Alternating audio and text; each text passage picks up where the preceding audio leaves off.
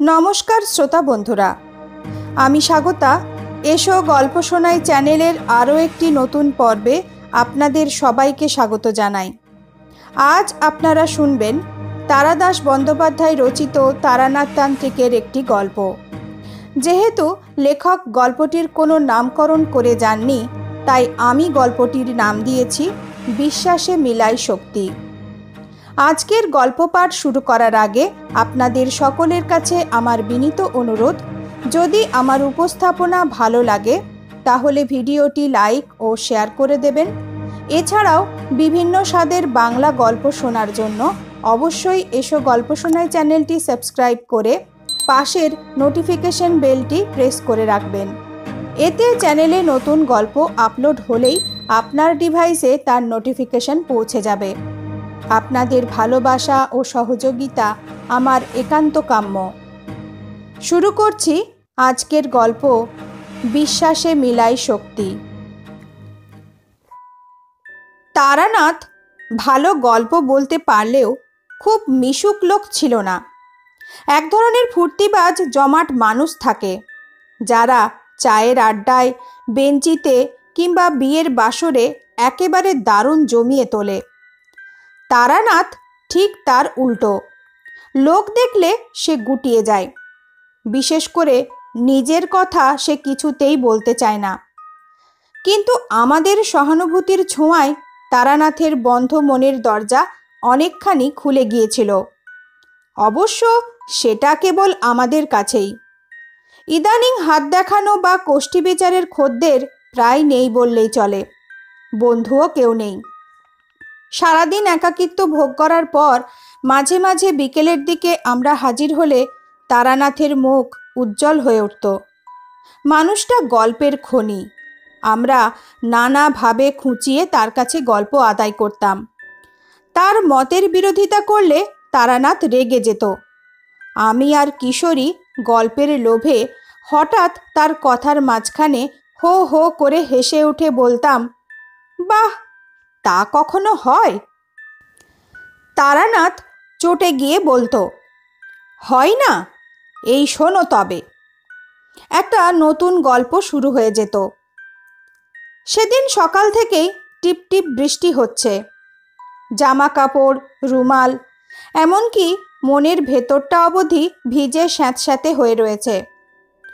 অন্যদিকে অফিসে ছুটির পর বলাইবাবু কিংবা হরিমিত্তিরের সঙ্গে মোড়ের দোকানে চা খেতে খেতে রাজনীতি কিংবা জিনিসপত্রের অগ্নিমূল্য অথবা বাঙালি কি ছিল আর কি হয়েছে, এইসব বিষয়ে গভীর আলোচনা করে আনন্দ পেয়ে থাকি।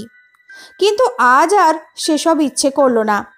অফিস থেকে বেরিয়ে তারানাথের বাড়ির দিকে হাঁটা শুরু করলাম। পৌঁছে দেখি কিশোরী সেন আমার আগেই এসে বসে আছে। আমাকে দেখে বলল, এই যে, এসো হে, তোমারই জন্য বসে আছি। হেসে বললাম, কি করে জানলে আমি আসব? ওর জন্য কি আর মন্ত্রতন্ত্র জানতে হয়? আজ এমন বাদলা করেছে, যাকে বলে আড্ডার মেজাজ, না এসে যাবে কোথায়? তারানাথের জন্য এক প্যাকেট পাশিংশ কিনে এনেছিলাম। তাকে দিয়ে বললাম, আজ একটা ভালো গল্প হবে নাকি? তারানাথ হাত বাড়িয়ে প্যাকেটটা নিল বটে, কিন্তু তার মুখে বিশেষ প্রফুল্লতা দেখলাম না। বিরস মুখে সে বলল, না, তোমাদের কাছে গল্প বলতে ইচ্ছে করে না। তোমরা আমার গল্প অবিশ্বাস করো। কিশোরী বলল, কই, সব গল্প তো অবিশ্বাস করি না। নেহাত যেগুলো একেবারেই বিশ্বাস করবার মতো নয় সেগুলো বাদে। তারানাথ চটে উঠতে যাচ্ছিল। আমি কথার মোড় ঘোরাবার জন্য বললাম, কিশোরীর কথা ছেড়ে দিন। আসল কথা হচ্ছে, আপনার গল্প যদি সত্যি হয় তাহলে আমরা বিশ্বাস করলেই বা কি, আর না করলেই বা কি? সত্য কারো মতামত নির্ভর নয়। তারানাথ কথঞ্চিত শান্ত হয়ে একটা সিগারেট ধরিয়ে বলল, এই যে বিশ্বাসের কথা বললে না, বিশ্বাসে সত্যি অনেক কিছু ঘটায়, সাধারণ বুদ্ধিতে যার ব্যাখ্যা করা যায় না। কিশোরীর ঘাড়ে আজ দুর্গ্রহ ভর করেছিল। সে বলল, তার মানে আপনি বলতে চাইছেন কেউ যদি বিশ্বাস করে সে কোনো দিন মরবে না, তাহলে বিশ্বাসের জোরে সে সত্যি সত্যি অমর হয়ে যাবে? যাবেই তো, তবে তোমার মতো ফিচেল লোক পারবে না।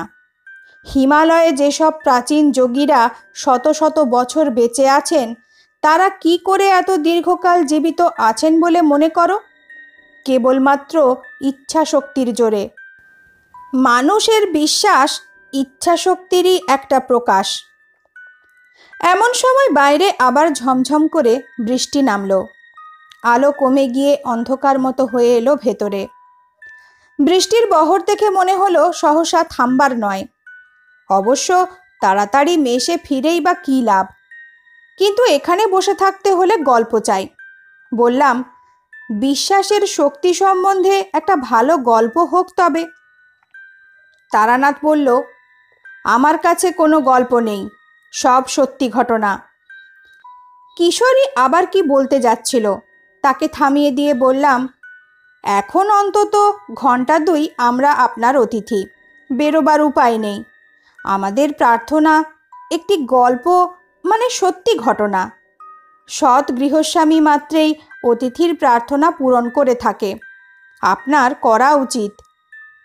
তারানাথ একটু হাসল। চোখ বুজে কিছুক্ষণ ভেবে বোধহয় মনে মনে গল্পটা গুছিয়ে নিল।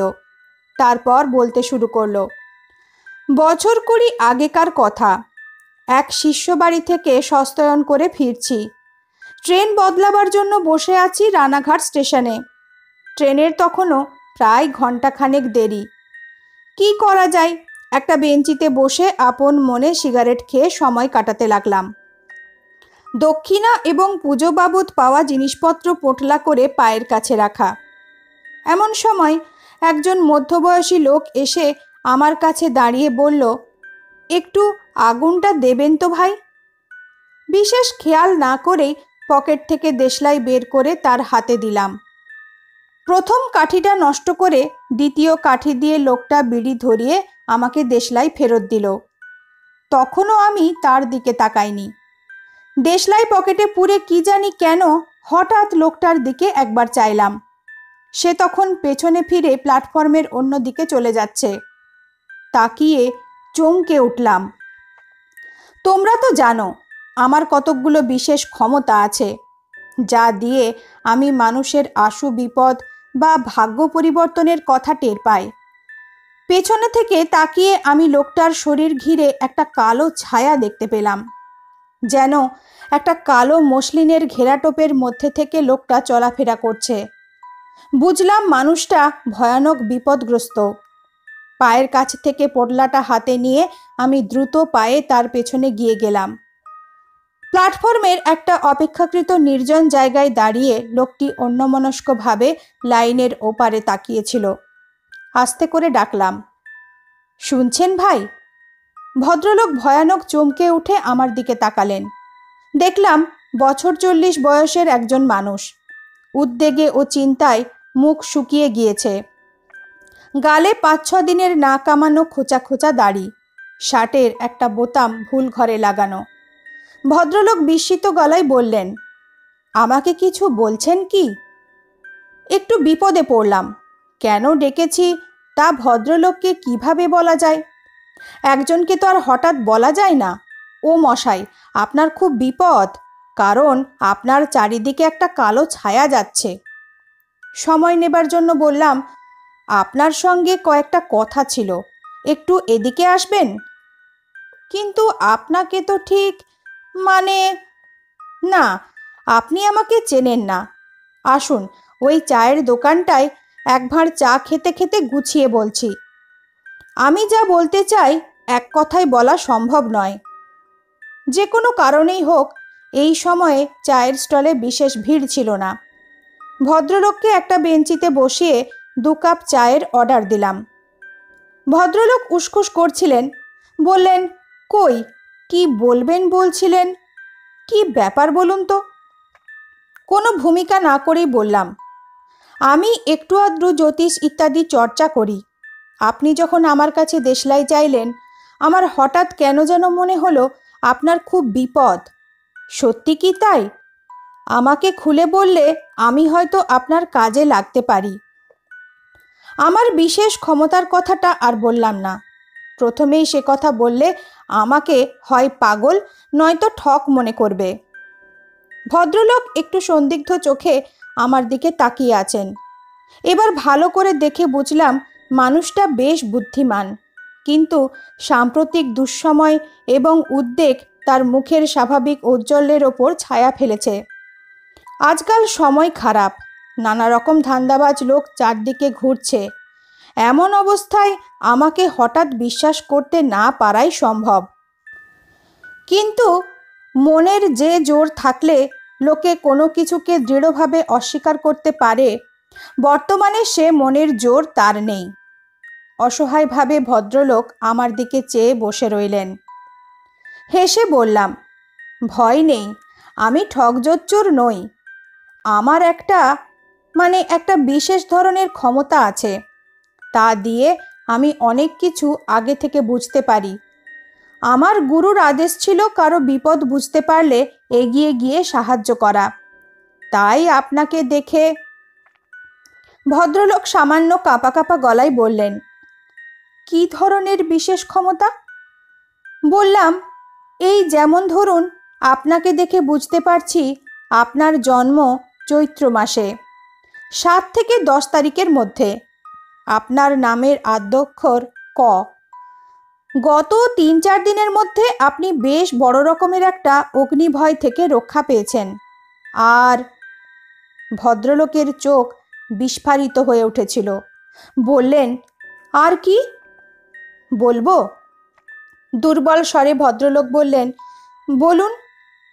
গত বছর আপনার কর্মস্থলে আপনাকে নিয়ে যে গোলমাল হয়েছিল, তাতে বিচারে আপনি রেহাই পেয়ে গেলেও দোষটা কিন্তু আপনারই ছিল, তাই না? ভদ্রলোক মাথা নিচু করে শুনছিলেন। মুখ তুললে দেখলাম তার চোখে জল। আস্তে আস্তে বললেন, আজ্ঞে হ্যাঁ, দোষ আমারই ছিল। কেউ জানে না সে কথা, আমার স্ত্রীও না। কিন্তু বিশ্বাস করুন, নিতান্ত বাধ্য হয়েই। বললাম, 3000 টাকা, ঠিক তো? ভদ্রলোক একবার কেঁপে উঠলেন। আজ্ঞে হ্যাঁ, আপনি সবই জানতে পেরেছেন দেখছি। আপনার ক্ষমতায় আর আমি অবিশ্বাস করছি না। স্ত্রীর অসুখে বাধ্য হয়ে তাকে বাঁচাবার জন্য টাকাটা নিতে হয়েছিল। ভেবেছিলাম কেউ টের পাবার আগেই দেশের জমিজমা বিক্রি করে আবার পুড়িয়ে দেব। কিন্তু তার আগেই অডিট বসলো, ঘাটতি ধরা পড়ে গেল। আমি বহু পুরনো বিশ্বস্ত কর্মচারী, আমাকে কেউ সন্দেহ করল না। অন্য কারো ঘাড়ে দোষ পড়লে হয়তো আমি এগিয়ে গিয়ে অপরাধ স্বীকার করতাম, কিন্তু তাও হলো না। যথেষ্ট প্রমাণের অভাবে টাকাটা বাজে খরচের খাতে লিখে রাখা হলো।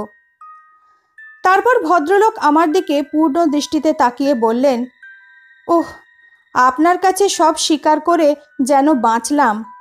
এতদিন মনে পাপবোধ পুষে রাখা, সে যে কি কষ্ট। ধুতির খুঁটে মুখ মুছে আবার বললেন, হ্যাঁ, গত পরশুদিন আগুনের হাত থেকে বেঁচেছি বটে। আমার স্ত্রী পুত্র বর্তমানে দেশের বাড়িতে রয়েছে, যেখানে আমি এখন যাচ্ছি। নিজে রান্না করে খাওয়ার অভ্যেস নেই কোনো কালে। হোটেলে খেলে আমার শরীর খারাপ হয়। তাই যা হোক ভাতে ভাত দুটো কটা ফুটিয়ে নেব বলে স্টোভ জেলে চাল বের করে পেছন ফিরেছি, আর মশাই ধুতিতে লেগে গিয়েছে আগুন। কি ভাগ্য সেই সময়ে আমার এক বন্ধু এসে হাজির আড্ডা দিতে। সে বিছানার মোটা চাদর চেপে ধরে আগুন নেভায়। তাও দেখুন না কতখানি পুড়ে গিয়েছে। ডান পায়ের থেকে কাপড় সরিয়ে নিতেই দেখলাম পায়ের গুলি থেকে উরুর পেছন অবধি ভেজা ন্যাকড়ার ফেটি বাঁধা। বললেন, নারকেল তেলের পট্টি বেঁধে রেখেছি। চায়ের দোকানের ছেলেটা এসে শূন্য কাপ দুটো নিয়ে গেল। তাকে বললাম আরও 2 কাপ চা দিতে। সিগারেটের প্যাকেট বের করে নিজে ধরালাম, ভদ্রলোককেও দিলাম। সিগারেটে গোটা কয়েক লম্বা টান দিয়ে তিনি বললেন, আমার নাম কালীপ্রসাদ মিত্র। খুলনার বিখ্যাত মিত্রদের কথা হয়তো শুনে থাকবেন। আমরা তাদেরই বংশধর। অবশ্য 50-60 বছর হলো খুলনার সঙ্গে আমাদের আর কোনো যোগাযোগ নেই। ঠাকুরদা কর্ম উপলক্ষে এদিকে চলে আসেন, সেই থেকেই আর কখনো দেশে ফিরে যাওয়া হয়নি। আবার চা এলো। গরম চায়ে চুমুক দিয়ে কালীপ্রসাদ বললেন, নদিয়া জেলার উত্তর প্রান্তে কিছু ভূসম্পত্তি কিনে ঠাকুরদা বসবাস শুরু করেন। ব্যবসা করতেন কলকাতায়, মাঝে মাঝে গ্রামে এসে থাকতেন। তিনি ছাড়া বাড়ির লোকজন গ্রামেই থাকত। বন্দরে যেসব জাহাজ এসে ভেড়ে তাতে কাঁচা আনাজ যোগান দেবার ব্যবসা করতেন ঠাকুরদা। বিলক্ষণ 2 পয়সা করেছিলেন, কিন্তু বহু প্রতিদ্বন্দ্বী জোটায় তার জীবদ্দশাতেই সে ব্যবসা নষ্ট হয়ে যায়। চেনাশুনো কাকে যেন ধরে বাবাকে এক সাহেবি ফার্মে চাকরিতে ঢুকিয়ে দেন ঠাকুরদা। বাবা অবসর গ্রহণ করার পর সেই চাকরি আমি পেয়েছি। কতদিন বাবা রিটায়ার করেছেন? তা বছর 20 তো বটেই। বাবার বয়স এখন প্রায় 80, কিন্তু বেশ ভালো স্বাস্থ্য, অসুখ বিসুখ কিছুই নেই, কেবল চোখে একটু কম দেখেন। বললাম, যা হোক, যা বলছিলেন বলে যান। চায়ে শেষ চুমুক দিয়ে পেয়ালাটা নামিয়ে রেখে কালীপ্রসাদ বলতে শুরু করলেন, জ্ঞাতিদের শত্রুতায় ঠাকুরদাকে খুলনা ছেড়ে আসতে হয়েছিল। আসবার সময় দেশের সম্পত্তির বিশেষ কিছু আনতে পারেননি। নগদ টাকা সামান্য যা ছিল তাই দিয়েই কলকাতায় ব্যবসা শুরু করেন। কেবল প্রাণের চেয়েও প্রিয় একটি জিনিস বয়ে নিয়ে আসেন। বললাম, কি জিনিস? একটি অষ্টধাতুর তৈরি কালী মূর্তি, আমাদের গৃহদেবী। 4-5 পুরুষ ধরে এই মূর্তি আমাদের পরিবারে পুজো পেয়ে আসছে। ঠাকুরদার বাবা, আমার প্রপিতামহ, তিনি ছিলেন তন্ত্র সাধক।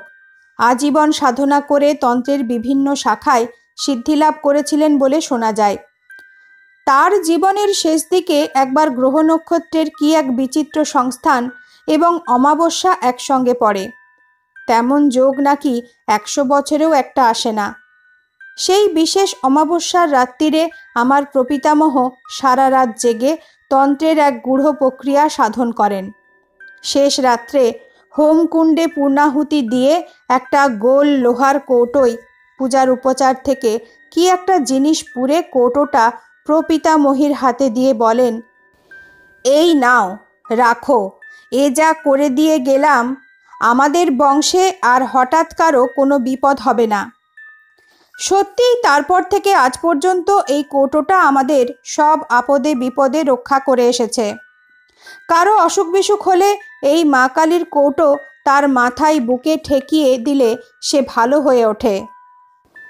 ডাক্তার জবাব দিয়ে গিয়েছে, এমন মরণাপন্ন রোগীকেও মা কালীর কৌটোর প্রভাবে সেরে যেতে দেখেছি। সেও না হয় কাকতালীয়, কিন্তু কে একবার কৌটোর মহিমা নিয়ে উপহাস করায় বাবা সাপুড়েদের সদ্য ধরা বিষাক্ত গোকরো সাপের সামনে কৌটোটা ধরেন। ছোটবেলার ঘটনা হলেও আমার পরিষ্কার মনে আছে। সাপটা সঙ্গে সঙ্গে মাথা নিচু করে গুটিয়ে এতটুকু হয়ে পড়ল, জোকের মুখে নুন পড়লে যেমন হয়। বললাম, এটা কিন্তু দ্রব্যগুণ হতে পারে। কালীপ্রসাদ আমার দিকে তাকিয়ে বললেন, ঠিক, দ্রব্যগুণে সাপ বশীভূত হয়, কিন্তু লোহার কৌটো ফুটো করে দ্রব্যগুণ বের হবে কি করে বলতে পারেন? যথার্থ কথা। বললাম, বলে যান। যাই হোক, বিগত 3 পুরুষ ধরে আমাদের পরিবারের ভালো মন্দর ব্যাপারে আমরা মা কালীর কৌটোর ওপর নির্ভর করে থাকি। তবু তো আমি আধুনিক লোক, বাস করি আধুনিক কলকাতায়। আমার হয়তো বিশ্বাস অতটা দৃঢ় নয়, কিন্তু বাবা প্রাচীন মানুষ। ডাক্তার উকিলের চেয়ে এই কৌটোর ওপর তার নির্ভরতা বেশি। মাস 4 আগে কলকাতার বাসায় আমার বড় ছেলের খুব অসুখ হয়। ছেলে মরণাপন্ন হয়ে পড়ে। সেই সময়েই আবার আমার অফিসে অডিট বসেছে। টাকাটার বিষয় নিয়ে হইচই হচ্ছে। ভেতরে বাইরে আমি তখন খুব বিপন্ন। টাকার ব্যাপার বাবা জানতেন না, কিন্তু নাতির অসুখের খবর পেয়ে আমার এক খুড়তুতো ভাইয়ের হাত দিয়ে মা কালীর কৌটো কলকাতায় আমার কাছে পাঠিয়ে দেন। কৌটোর মহিমাতেই কিনা জানি না আমার ছেলেটি সেরে ওঠে, অফিসের গোলমালও মিটে যায়। একটু থেমে কালীপ্রসাদ বললেন, কিছু মনে করবেন না, আমাকে আরেকটা সিগারেট দেবেন? সিগারেট ধরিয়ে ঘন ঘন টান দিয়ে প্রায় অর্ধেক করে আনবার পর কালীপ্রসাদ আবার বলতে শুরু করলেন, এতদিন মা কালীর কৌটো কলকাতায় আমার কাছেই ছিল। হঠাৎ দিন দুয়েক আগে বাবার এক জরুরি চিঠি পেলাম। সে এক অদ্ভুত চিঠি। ছেলে বউকে কদিন আগেই বাবার দেখাশোনা করবার জন্য দেশে পাঠিয়ে দিয়েছিলাম। এখন চিঠি পেয়ে আমিও চলেছি, কৌটোটাও সঙ্গে নিয়ে যাচ্ছি। বললাম, চিঠিটা অদ্ভুত বলছেন কেন? কি আছে চিঠিতে? উত্তরে কালীপ্রসাদ কাঁধের ঝোলা থেকে একটা খাম বের করে আমার হাতে দিয়ে বললেন, নিজেই পড়ে দেখুন। বয়স্ক মানুষের ঈষৎ কম্পিত হস্তাক্ষরে লেখা চিঠি। স্নেহের কালীপ্রসাদ, আশা করি মঙ্গলময়ের কৃপায় কুশলেই আছো। এক বিচিত্র ঘটনার সম্মুখীন হইয়া তোমাকে এই পত্র দিতেছি। আজ কয়েকদিন হইল আমাদের বাটিতে নানা অলৌকিক এবং ভৌতিক উপদ্রব আরম্ভ হইয়াছে। ইহার কারণ বা কিভাবে নিরসন হইবে কিছুই বুঝিতে পারিতেছি না। যা হোক, পত্র পাওয়া মাত্র তুমি ছুটি লইয়া দেশে আসিবে। গত 4-5 মাস যাবৎ মা কালীর কৌটা তোমার কলিকাতার বাসায় রহিয়াছে। আসিবার সময়ে উহা সঙ্গে আনিতে ভুলিবে না। সম্ভবত উহা না থাকাতেই এই উপদ্রব। এই পত্রকে তার মনে করিয়া অবিলম্বে রওনা হইবে। আশীর্বাদ লইও। ইতি চণ্ডিকা প্রসাদ মিত্র। পড়া শেষ করে চিঠিটা কালীপ্রসাদকে ফেরত দিলাম। ভদ্রলোক জিজ্ঞাসা করলেন, কি বুঝলেন? হ্যাঁ, রহস্যময় চিঠি বটে। কি অলৌকিক ব্যাপার কিছু আন্দাজ করতে পারেন? বললাম, তা কি বলা যায়? সে তো কত কিছুই হতে পারে। আগে কখনোই আপনাদের বাড়িতে এরকম কিছু হয়েছে? কালীপ্রসাদ বললেন, কখনো না। বেলা পড়ে আসছে, আমার ট্রেন আসবার সময় হলো। কালীপ্রসাদ দাঁত দিয়ে নিচের ঠোঁট কামড়ে ধরে কি যেন ভাবছেন। যাক, আমার আর কি করবার আছে। পোটলাটা হাতে নিয়ে বেঞ্চি থেকে উঠে দাঁড়ালাম। বললাম, আসি তাহলে, সাবধানে থাকবেন। কালীপ্রসাদ কেমন যেন হতাশ আর ভীত গলায় বললেন, কিন্তু আমার কি হবে? জানেন, আমার বড্ড ভয় করছে। বিপদে ঈশ্বরকে স্মরণ করবেন। একমাত্র তিনিই সমস্ত ভয় থেকে মানুষকে মুক্ত করতে পারেন। কালীপ্রসাদের মুখ দেখে মনে হলো না যে আমার উপদেশে তিনি কিছুমাত্র ভরসা পেয়েছেন। অবশ্য সেজন্য তাকে দোষ দেওয়া যায় না। ঈশ্বর অদৃশ্য, আড়ম্বর করে তার পুজো দেওয়া যায়, কিন্তু জীবনের সমস্ত ক্ষেত্রে তার উপর সম্পূর্ণ নির্ভর করা একটা উচ্চ স্তরের সাধনা। সে সাধনায় কালীপ্রসাদ এখনো সিদ্ধি লাভ করেননি। কিন্তু আমি আর কি করব? বিদায়সূচক সামান্য হেসে পেছন ফিরে হাঁটতে শুরু করলাম। কয়েক পা হেঁটে আসতে না আসতেই কালীপ্রসাদ দৌড়ে এলেন। শুনছেন, একটু দাঁড়ান। দাঁড়ালাম। কালীপ্রসাদ আমার কাছে পৌঁছে বললেন, আর একটা কাজ করা যেতে পারে। কি? আপনি কি তাতে রাজি হবেন? বললাম, বলেই ফেলুন না, আমারও তো ট্রেন আসবার সময় হলো। গুরুত্বপূর্ণ কথা শুরু করার ভঙ্গিতে কেশে গলা পরিষ্কার করে কালীপ্রসাদ আমার দিকে তাকিয়ে বললেন, আপনি আমার সঙ্গে আমাদের দেশের বাড়ি চলুন। প্রস্তাবটা নিতান্ত আকস্মিক। অবাক হয়ে বললাম, আমি? আপনার বাড়িতে? হ্যাঁ, আপনি অলৌকিক শক্তির অধিকারী। আপনি গেলে আমাদের অমঙ্গল কেটে যাবে। আপত্তি করবেন না? দয়া করে আমার সঙ্গে চলুন। বলুন, যাবেন? লোকটা সত্যিই ভয় পেয়েছে, পাওয়াই স্বাভাবিক। একটু চিন্তা করলাম। বাড়িতে এমন কিছু বলে আসিনি যে তাড়াতাড়ি ফিরব। আরও 5-7 দিন দেরি হলে ক্ষতি নেই। দেখাই যাক না এর সঙ্গে গিয়ে। বললাম, আচ্ছা চলুন, যাব। কালীপ্রসাদের চোখের দৃষ্টি কৃতজ্ঞতায় ভারী হয়ে এলো। আমার হাত দুটো ধরে তিনি বললেন, বাঁচলাম। সত্যি বিশ্বাস করিনি আপনি যেতে রাজি হবেন। একটা ছোট গ্রাম্য স্টেশনে নেমে পাক্কা 3 মাইল হেঁটে কালীপ্রসাদের বাড়ি। গ্রামে যখন ঢুকলাম তখন রাত্রি প্রায় 8টা। পল্লীগ্রামের তুলনায় শেষ রাত। কৃষ্ণপক্ষের সম্মুখ অন্ধকার রাত্রির পঞ্চমীর রাঙা চাঁদ পূব দিগন্তের নিচে থেকে চালতে গাছের পেছন দিয়ে এক অলৌকিক গোলকের মতো উঠে আসছে। গ্রামের প্রায় শেষ দিকে আমজাম গাছে ঘেরা নির্জন বাড়ি, পাঁচিল দিয়ে ঘেরা। সদর দরজায় শেকল নাড়তে একটু বাদে দরজার ফাঁক দিয়ে লণ্ঠনের আলো দেখা গেল, কিন্তু কারো সাড়া শব্দ নেই। যেন ভেতরে যে দাঁড়িয়ে সে সাহস করে দরজা খুলতে পারছে না। কালীপ্রসাদ হেঁকে বললেন, অভিরাম নাকি? দরজা খোল। কে বাবু? ব্যস্ত হয়ে যে লোকটি দরজা খুলে দিল তার বয়স 60 ছাড়িয়েছে। মাথায় কাঁচা পাকা চুল, পরনে খাটো ধুতি, খালি গা।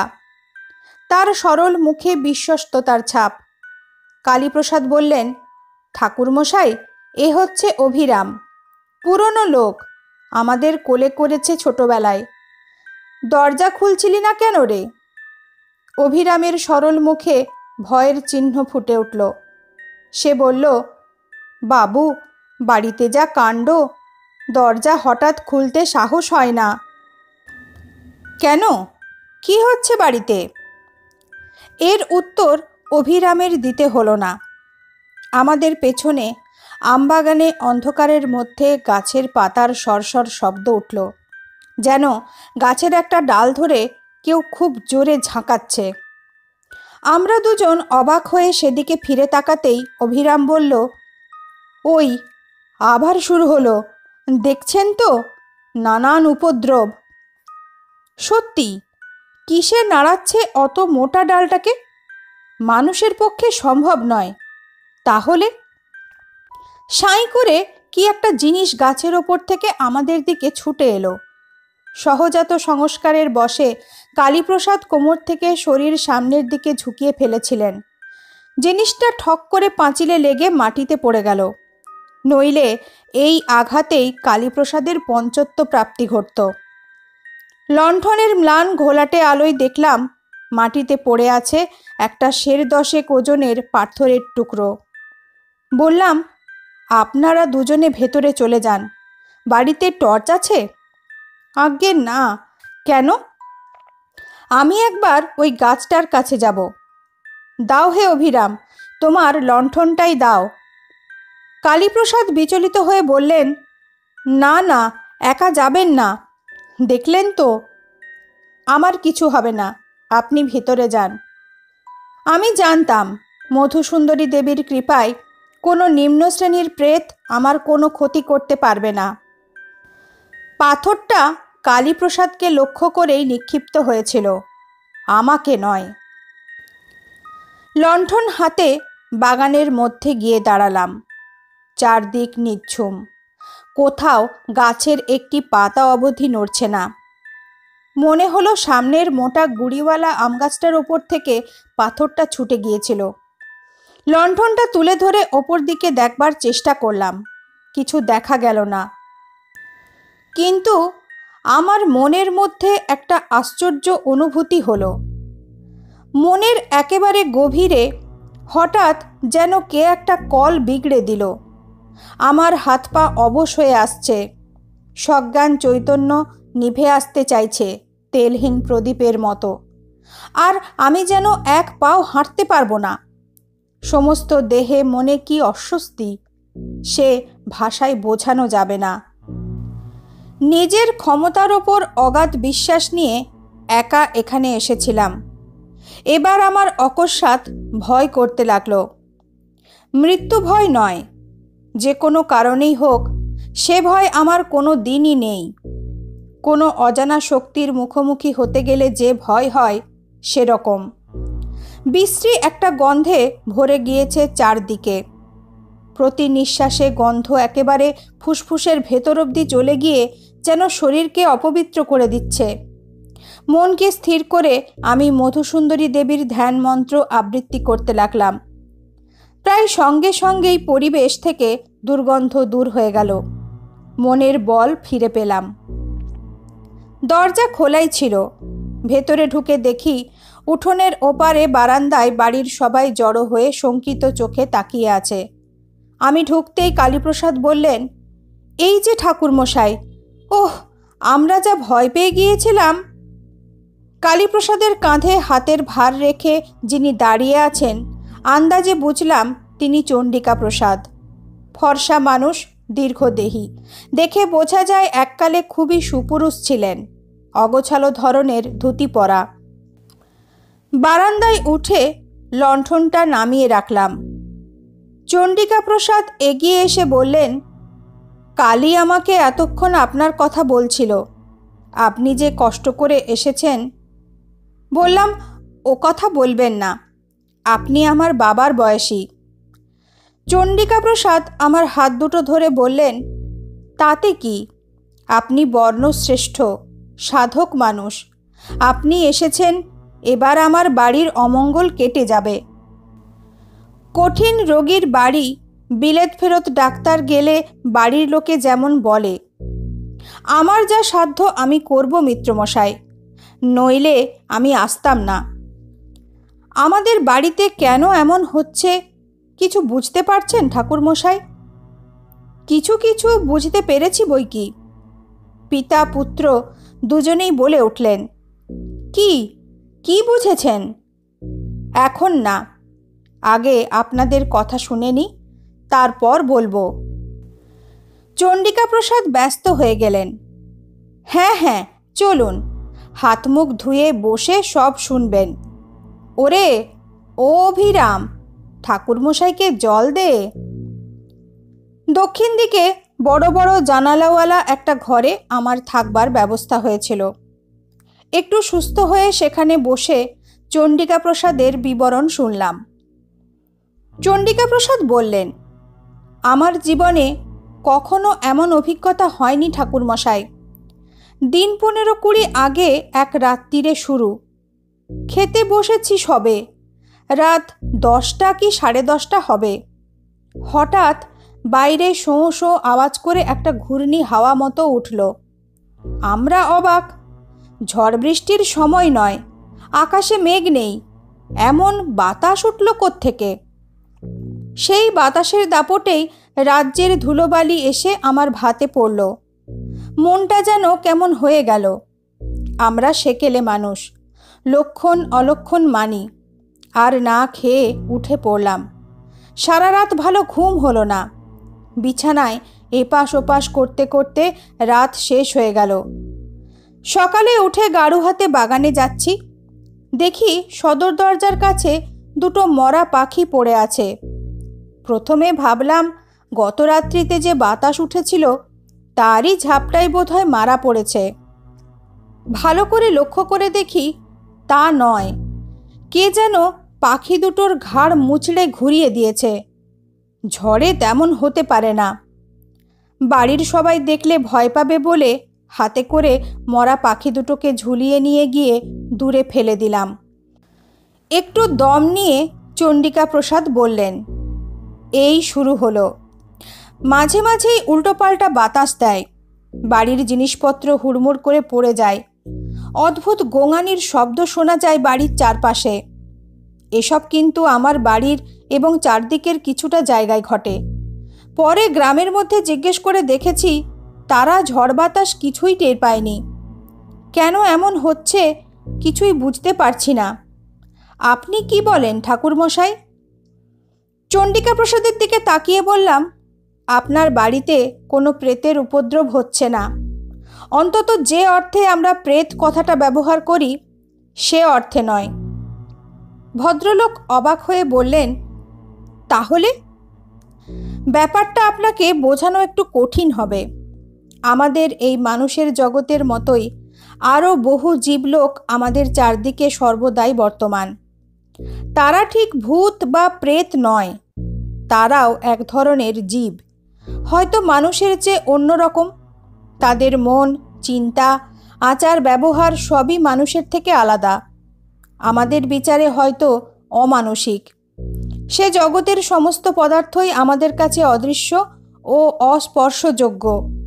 বস্তুত একই স্থান অধিকার করেও এই দুই জগৎ একে অপরের কাছে অস্তিত্বহীন। কিন্তু মাঝে মাঝে প্রকৃতির কোনো আশ্চর্য খেয়ালে এই ছায়াজগৎ আমাদের জগৎকে স্পর্শ করে। এখানে ঠিক তাই হয়েছে। আমরা কোনোভাবে তাদের দুনিয়াতে ঢুকে পড়েছি। সেটা তাদের পছন্দ না হলে তাদের দোষ দেওয়া যায় না। যা ঘটতে দেখছেন তা হচ্ছে আমাদের জাগতিক বস্তুর ওপর তাদের মানসিক শক্তির ক্রিয়া। হয়তো তারা ভাবছে এইভাবে ভয় দেখিয়ে তাদের জগৎ থেকে তারা আমাদের দূর করতে পারবে। বাড়িতে বেড়াল কুকুর ঢুকলে আমরা যেমন ঠেঙিয়ে তাড়াই আর কি। পার্থক্য এই যে এক্ষেত্রে এসবে কোনো কাজ হবে না। পরিবেশে আর একটা বড় রকমের ঝাঁকুনি লাগলে দুটো জগৎ আবার বিচ্ছিন্ন হয়ে যাবে, তার আগে নয়।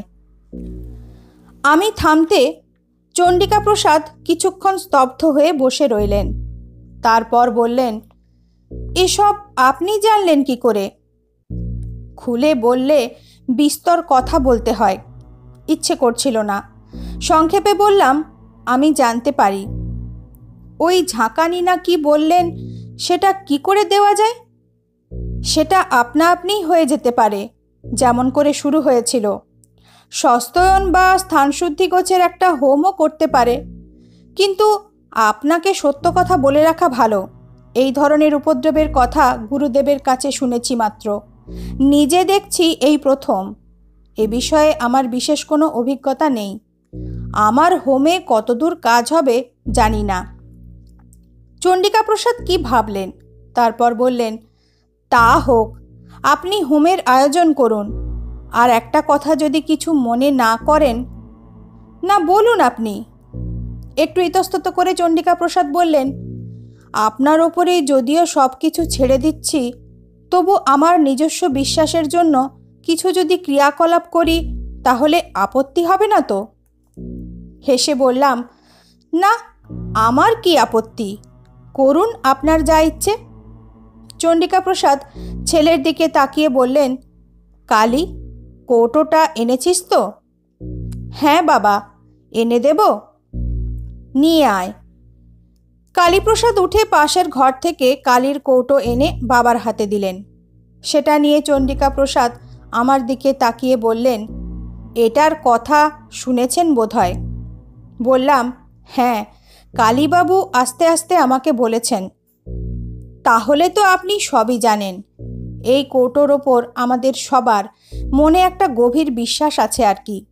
তবে বিশ্বাসটা অযৌক্তিক নয়, পরীক্ষিত সত্য।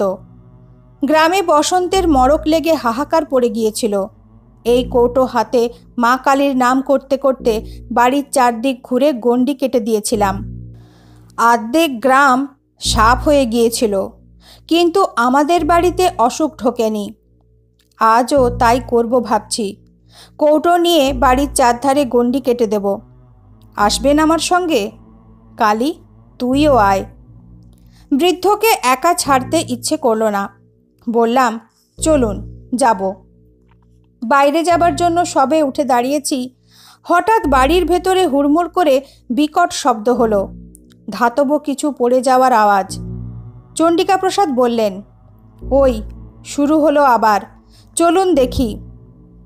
ভেতরের বারান্দা থেকে আওয়াজ এসেছিল। সেখানে গিয়ে দেখলাম বাড়ির মেয়ে আর বাচ্চারা বারান্দার অপর প্রান্তে কাঠ হয়ে দাঁড়িয়ে আছে। 10-12খানা ইট দিয়ে বেদি মতো করে তার উপরে একটা লোহার ড্রাম দাঁড় করানো ছিল চাল রাখবার জন্য। সেটা উল্টে পড়ে চাল ছড়িয়ে পড়েছে চতুর্দিকে। আমরা যখন পৌঁছলাম তখনও ড্রামটা গড়াচ্ছে। আমাদের পায়ের কাছে এসে থেমে গেল। আমার নাকে ভেসে এলো সেই বিশ্রী গন্ধটা, বাইরের বাগানে যেটা পেয়েছিলাম। চণ্ডিকা প্রসাদ হতভম্ব হয়ে দাঁড়িয়েছিলেন।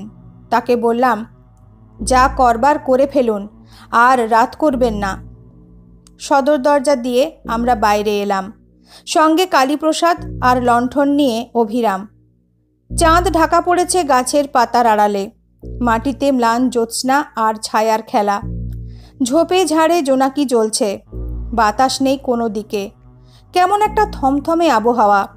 কালীপ্রসাদের হাতে একটা মোটা লাঠি। যদিও বুঝতে পারলাম না অতিপ্রাকৃত কোনো বিপদ হলে লাঠি দিয়ে কি করে ঠেকানো সম্ভব।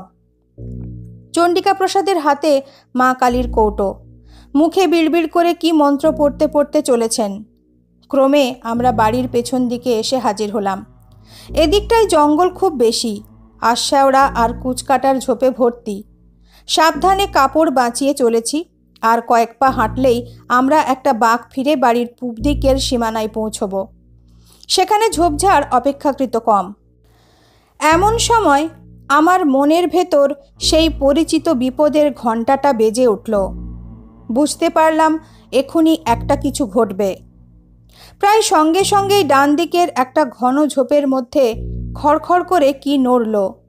আমরা সবাই থমকে দাঁড়িয়ে সেদিকে তাকালাম। কালীপ্রসাদ দুই হাতে লাঠি বাগিয়ে ধরেছেন। অভিরাম লণ্ঠন মাটিতে নামিয়ে রেখে নিঃশব্দে তার হাত থেকে লাঠিটা নিল।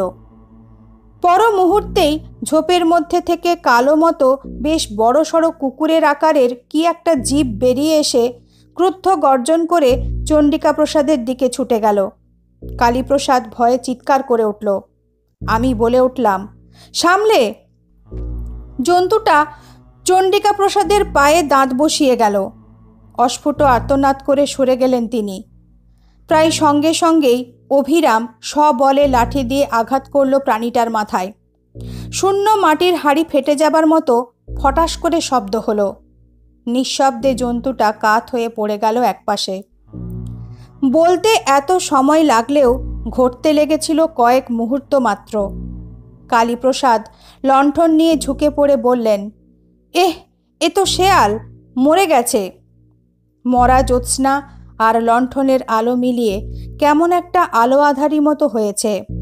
তবু ভালো করে তাকিয়ে মনে হলো শেয়ালই বটে। অভিরাম বলল, অদ্ভুত ব্যাপার বাবু, শেয়ালে কখনো তাড়া করে কামড়াতে আসে শুনিনি। কালীপ্রসাদ বললেন, ঠিক কথা, শেয়াল ভীতু জন্তু, মানুষ দেখলে পালিয়ে যায়। এটা তাড়া করে এলো কেন? চণ্ডিকা প্রসাদ বোধহয় নিজেকে সান্ত্বনা দেবার জন্য বললেন, পাগলা শেয়াল হবে, নইলে কি আর। যা হোক চল, অন্ধকারে দাঁড়িয়ে থাকা উচিত নয়। এদিনের গৃহপ্রদক্ষিণের একটা ফল কিন্তু হাতে হাতে দেখতে পেলাম। সে রাত্রির থেকে বাড়ির ভেতরের উপদ্রব বন্ধ হয়ে গেল। সারা রাত সজাগ হয়ে শুয়ে রইলাম। কাশির শব্দ শুনে টের পাচ্ছিলাম চণ্ডিকা প্রসাদও জেগে, কিন্তু সে রাতে আর কোনো উপদ্রব হলো না। পরের দিন সমস্ত ব্যাপারটা অদ্ভুতভাবে মিটে গেল। যে কথা বলবার জন্য এ গল্পের অবতারণা, আমাকে আর যোগ্য করতে হয়নি। এ ঘটনায় আমার ভূমিকা ছিল শুধুই দ্রষ্টার। মরা শেয়ালটার পা ধরে টেনে অভিরাম দূরে আমবাগানে ওপাশে একটা পতিত জমিতে ফেলে দিয়ে এসেছিল। রাত্রিরেও কোনো উপদ্রব হয়নি। সকালে উঠে দেখলাম বেশ প্রসন্ন সূর্যের আলোয় চারদিক ভরে আছে। চণ্ডিকা প্রসাদের সঙ্গে নানা বিষয়ে আলাপ করে দিনটা কেটে গেল। ভদ্রলোক সেকেলে মানুষ হলেও হিন্দু শাস্ত্রের বিভিন্ন দিক নিয়ে বেশ পড়াশুনো করেছেন। দুপুরে সুন্দর দিবানিদ্রা দিয়ে যখন উঠলাম, তখন বিকেলের রোদ মিলিয়ে গিয়ে ছায়া গাঢ় হয়ে এসেছে। বাইরের তক্তাপোষে বসে চণ্ডিকা প্রসাদ হুঁকোয় টান দিচ্ছিলেন। সেখানে গিয়ে বসলাম। গাড়ু হাতে কালীপ্রসাদ উঠোন পেরিয়ে বাড়ির বাইরে বাগানের দিকে চলে গেলেন। চণ্ডিকা প্রসাদ ডেকে বললেন, কালী, চট করে সেরে আয়, একসঙ্গে বসে ঠাকুরমশায়ের যজ্ঞের ফর্দটা করে ফেলা দরকার। এই আসছি বলে কালীপ্রসাদ বেরিয়ে গেলেন। সকালের আলোচনার খেই ধরে চণ্ডিকা প্রসাদ বললেন, হ্যাঁ, সকালে যে কথা হচ্ছিল, নিষ্ঠা এবং সদ্গুরুর আয়োজন আছে ঠিকই, কিন্তু মন্ত্রোচ্চারণের যথার্থতার ওপরেই অনুষ্ঠানের সাফল্য নির্ভর করে। মন্ত্রের প্রত্যেক অক্ষরের একজন অধিষ্ঠাত্রী দেবী আছেন। সঠিক উচ্চারণ না হলে তারা কুপিত হন। বাড়ির ভেতর থেকে গরম ভাজা পরোটা আর আলু ভাজা এলো। খেতে খেতে গল্প চলল। যখন সন্ধে উতরে অন্ধকার বেশ ঘন হয়ে উঠেছে, সে সময় অভিরাম এসে জিজ্ঞাসা করল, কর্তামশাই, ছোটবাবু কোথায়? মা ঠাকুরন ডাকছেন। চণ্ডিকা প্রসাদ বললেন, কে? কালী তো? তাই তো, কালী ফেরেনি। সে কি? হঠাৎ আমারও খেয়াল হলো, কালীপ্রসাদ বহুক্ষণ হলো বাগানে গিয়েছেন বটে। ছোট বড় কোনো প্রাকৃতিক আহ্বানে সাড়া দিতেই এতক্ষণ লাগতে পারে না। দু এক মুহূর্তের ভেতর ব্যাপারটা সম্যক উপলব্ধি করে আমরা লাফিয়ে উঠলাম। চণ্ডিকা প্রসাদ কেমন অবরুদ্ধ গলায় বললেন, অভিরাম, আলো আর লাঠি নিয়ে আয়, তাড়াতাড়ি। বাড়ি থেকে বেরোচ্ছি। চণ্ডিকা প্রসাদ বললেন, ওই যা, দাঁড়ান, এক্ষুনি আসছি। তিনি আবার বাড়ির মধ্যে ঢুকে গেলেন। মিনিট খানেক বাদে বেরিয়ে এলেন। বুঝলাম আমার আন্দাজ ঠিকই ছিল, তার হাতে মা কালীর কৌটো। এইটে আনতেই তিনি ফিরে গিয়েছিলেন। আমবাগানে পা দিয়েই বুঝতে পারলাম এ বাড়ির ওপর থেকে দুর্ভাগ্যের কালো ছায়া একেবারে মিলিয়ে যায়নি। সমস্ত পরিবেশ ছেয়ে আছে একটা বিকট গন্ধ, গতকাল এসে যেটা পেয়েছিলাম। বিকেলবেলা মনের মধ্যে যে প্রসন্নতা জেগে উঠেছিল তা কোথায় বিলীন হয়ে গেল। লণ্ঠন হাতে অভিরাম আগে আগে চলেছে। সে ডাকছে, ছোটবাবু গো। চণ্ডিকা প্রসাদ ডাকছেন, কালী। আমার বুক গুড়গুড় করছে। আজ সন্ধেটা ভালো নয়, ভালো নয়। একটা ঝোপের পেছনে উপুড় হয়ে পড়ে থাকা কালীপ্রসাদকে অভিরামী আগে দেখতে পেল। ছোটবাবু বলে চিৎকার করে উঠে সে ছুটে গিয়ে কালীপ্রসাদের দেহের পাশে হাঁটু গেড়ে বসে কেঁদে উঠল। পর মুহূর্তেই আমরাও পৌঁছে গেলাম। আমি শক্ত করে চণ্ডিকা প্রসাদের হাত ধরে রেখেছি। বুঝতে পারছি তার সমস্ত শরীর ঠকঠক করে কাঁপছে। এ অবস্থায় সেটাই স্বাভাবিক। তার হাত ছেড়ে দিয়ে বললাম, দাঁড়ান একটু, এত বিচলিত হবেন না। নিচু হয়ে কালীপ্রসাদের নাড়ি দেখলাম। বুকে হাত দিয়ে স্পন্দন বোঝার চেষ্টা করলাম। নাড়ি ঠিক আছে, তবে মৃদু। সোজা হয়ে দাঁড়িয়ে বললাম, ভয় নেই, ইনি অজ্ঞান হয়ে গিয়েছেন। অভিরাম, চলো, ধরাধরি করে একে বাড়ি নিয়ে যাই। আমরা অজ্ঞান কালীপ্রসাদের দেহ তোলবার জন্য নিচু হয়েছি। হঠাৎ ঠিক গতকালের মতো ঝোপের মধ্যে খসখস শব্দ হলো। কি যেন আমাদের দিকে আসছে, কিন্তু তার গতি কালকের চেয়ে ধীর। আমাদের ভয়চকিত দৃষ্টির সামনে ঝোপ ঠেলে বেরিয়ে এলো একটা শেয়াল। গতকাল যে শেয়ালটাকে অভিরাম মেরেছিল। প্রাণীটার মাথা দুফাক হয়ে আছে, ঘিলু বেরিয়ে গড়াচ্ছে ডান চোখের ওপর দিয়ে, অন্য চোখে মৃত নিষ্প্রাণ দৃষ্টি। প্রকট দ্রংষ্টার ফাঁক দিয়ে জিভের আধখানা বেরিয়ে রয়েছে। সে এক অনৈসর্গিক বিভৎস দৃশ্য। ধীর কিন্তু অমোঘ গতিতে শেয়ালটা আমাদের দিকে এগিয়ে আসতে লাগলো। কোনো দিকে কোনো শব্দ নেই। গাছের পাতায় বাতাসের সামান্যতম মর্মর নেই। সমস্ত জগৎটাই অন্ধকারের চাদরে ঢাকা পড়ে আড়াল হয়ে গিয়েছে চেতনার থেকে। থাকবার মধ্যে কেবল সামনে ওই সচল মৃতদেহটা। হঠাৎ অনুভব করলাম আমার পাশে চণ্ডিকা প্রসাদের নিঃশ্বাস দ্রুত হয়ে উঠেছে। তাকিয়ে দেখলাম তার বার্ধক্য স্তিমিত চোখে কি এক আগুন জ্বলছে। মুখের ভঙ্গিতে ভয় নেই, আছে প্রবল ক্রোধ। তরিতে মা কালীর কৌটো হাতে নিয়ে সামনে ঝুঁকে পড়ে কৌটোটা বাড়িয়ে ধরে বললেন, থাম। সচল মৃতদেহ স্থাণু হয়ে গেল। আবার সোজা হয়ে দাঁড়িয়ে কৌটো শুদ্ধ হাত মাথার ওপর তুলে চিৎকার করে চণ্ডিকা প্রসাদ বললেন, মা কালীর নামে বলছি, আমার বাড়ির সব বিপদ দূর হয়ে যাক। যদি সধর্ম নিষ্ঠার সঙ্গে পালন করে থাকি, যদি সৎ কায়স্থের সন্তান হই, যদি জীবনে কোনো পুণ্য সঞ্চয় করে থাকি, তার সবটুকুর জোরে আদেশ করছি, যে অপদেবতারা আমার বাড়িতে ভর করেছে তারা এই মুহূর্তে দূর হয়ে যাক। আমার হাতে পবিত্র নির্মাল্যের এই কৌটো রয়েছে। দেখি তাদের কত শক্তি, সাধ্য থাকে আমার ক্ষতি করো। মাথার ওপরে কৌটো তুলে ধরে তিনি বিভিন্ন দিকে ঘোরাতে লাগলেন। শেয়ালের মৃতদেহটা আস্তে আস্তে আবার কাত হয়ে পড়ে গেল। এবারে সেটা সত্যিই মরেছে। তার সঙ্গে সঙ্গে একটা অদ্ভুত ব্যাপার হলো। এতক্ষণ বন ছিল নিস্পন্দ নীরব। হঠাৎ কোথা থেকে ছুটে এলো ঝড়ের মতো বাতাস। সারা বাগান ঝোপঝাড় মথিত করে কিছুক্ষণ সে বাতাস বইল। অভিরাম বলে উঠল, দেখুন ঠাকুর মশাই, দেখুন। তার নির্দেশিত দিকে তাকিয়ে দেখলাম সেখানে গাছপালা একটু কম। পাতার ফাঁক দিয়ে রাত্রির আকাশ দেখা যায়। চাঁদ উঠতে আজ দেরি আছে, কিন্তু অস্পষ্ট তারার আলোয় অন্ধকার অনেকটা তরল।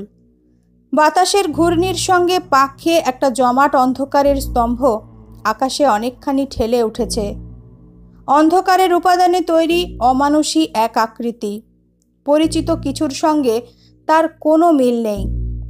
সমস্ত পরিবেশ থেকে, চণ্ডিকা প্রসাদের বাড়ির ওপর থেকে, আমবাগান থেকে বাতাসের সঙ্গে উঠে যাচ্ছে গুঁড়ো গুঁড়ো অন্ধকার। কিছুক্ষণের মধ্যেই অন্ধকারের কালো পিণ্ডটা অনেক ওপরে উঠে গিয়ে আবছা হয়ে মিলিয়ে গেল। তারপরেই বনের বাইরে থেকে ভেসে এলো এক ঝলক বাতাস। বুক ভরে নিঃশ্বাস নেবার মতো সহজ, স্বাভাবিক, মুক্ত বাতাস। কিটকিট করে নিশাচর কীটপতঙ্গেরা ডাকতে শুরু করলো। আমরা কেউ কথা না বললেও বুঝতে পারলাম অমঙ্গলের ছায়াটা একেবারে সরে গিয়েছে। কালীপ্রসাদকেও বয়ে নিয়ে যাবার প্রয়োজন হলো না। এর কিছুক্ষণের মধ্যে তার জ্ঞান ফিরে এলো। বাগান থেকে ফেরবার মুখে শেয়ালটা এসে ওর সামনে দাঁড়িয়েছিল। ভদ্রলোক স্নায়ুর ওপর এত চাপ সহ্য করতে পারেননি। ফেরবার সময় চণ্ডিকা প্রসাদ বললেন, দেখলেন আমার মা কালীর কৌটোর গুণ? সব ব্যাটাকে তাড়িয়ে দিলাম। বললাম, তা বটে। তারানাথ থামল। কিশোরী বলল, কিন্তু এ তো মন্ত্রশক্তি বা দ্রব্যগুণের গল্প। এতে বিশ্বাসের শ্রেষ্ঠত্ব কি প্রমাণিত হয়? তারানাথ বলল, হয়। পরের দিন নির্জনে বসে কালীপ্রসাদের সঙ্গে গল্প করছিলাম। কালীপ্রসাদ বললেন, বাবা বিশ্বাসের জোরে আমাদের আপদ দূর করে দিলেন। বললাম, কেন? মা কালীর কৌটোর গুণও আছে বলতে হবে। ম্লান হেসে কালীপ্রসাদ বললেন, দাঁড়ান, একটা জিনিস দেখাই আপনাকে। একটু পরে হাতে করে মা কালীর কৌটোটা নিয়ে ঘরে ঢুকলেন ভদ্রলোক এবং আমার বিস্মিত দৃষ্টির সামনে ঢাকনাটা খুলে ফেললেন। বাধা দিয়ে বলে উঠলাম, ও কি করছেন? মন্ত্রপুত নির্মাল্য খুলতে নেই, ওতে গুণ নষ্ট হয়ে যায়। কিছু না বলে কালীপ্রসাদ বিছানার ওপরে কৌটোটা উপুর করে ধরলেন। ভিতরে যা ছিল চাদরের ওপর ছড়িয়ে পড়ল। ভেতর থেকে বেরুলো কতকগুলো গোল গোল করে পাকানো খবরের কাগজের গুলি। আর কিচ্ছু নেই।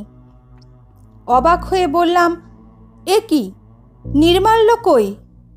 কালীপ্রসাদ বললেন, নেই। তার মানে? কালীপ্রসাদ মাথা নিচু করে বললেন, মানে আসল কৌটো অনেক দিন আগে হারিয়ে গিয়েছে।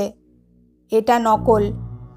ছেলের অসুখের সময় কলকাতায় নিয়ে যাবার পথেই কোথাও পড়ে যায়। বাবা শুনলে অনর্থ করবেন এই ভয়ে শিশি বোতলওয়ালার কাছ থেকে 2 পয়সা দিয়ে এই কৌটোটা কিনি। বাবা আজকাল চোখে কম দেখেন, তাকে ঠকানো সহজ। কাজেই বুঝতে পারছেন, যা হয়েছে তা বাবার বিশ্বাসের জোরেই হয়েছে। আর কেউ জানে এ কথা? শুধু আপনার বৌমা, আমার স্ত্রী, অন্য কেউ না। বাবার বয়স হয়েছে, আর কদিন বা বাঁচবেন? খামোখা কেন তাকে দুঃখ দিই? তারানাথ থামল। ঘরের মধ্যে স্তব্ধতা। বাইরেও বৃষ্টি ধরে এসেছে। একটা নিঃশ্বাস ফেলে কিশোরী বলল, গল্পটা বেশ। গল্প বানানোই আপনার একটা স্বাভাবিক দক্ষতা আছে। সিগারেট ধরাতে গিয়ে তারানাথ জ্বলন্ত চোখে কিশোরীর দিকে তাকালো। আমি ব্যাকুল হয়ে উঠে দাঁড়িয়ে কিশোরীর হাত ধরে টানলাম। ওঠো হে, আবার বৃষ্টি এলে বাড়ি ফেরা মুশকিল হয়ে পড়বে। শেষ হলো তারাদাস বন্দ্যোপাধ্যায় রচিত তারানাথ তান্ত্রিকের গল্প বিশ্বাসে মিলাই শক্তি। আজ এই পর্যন্তই। নতুন একটি গল্প সাথে নিয়ে তাড়াতাড়ি ফিরে আসব। সবাই ভালো থাকবেন। নমস্কার।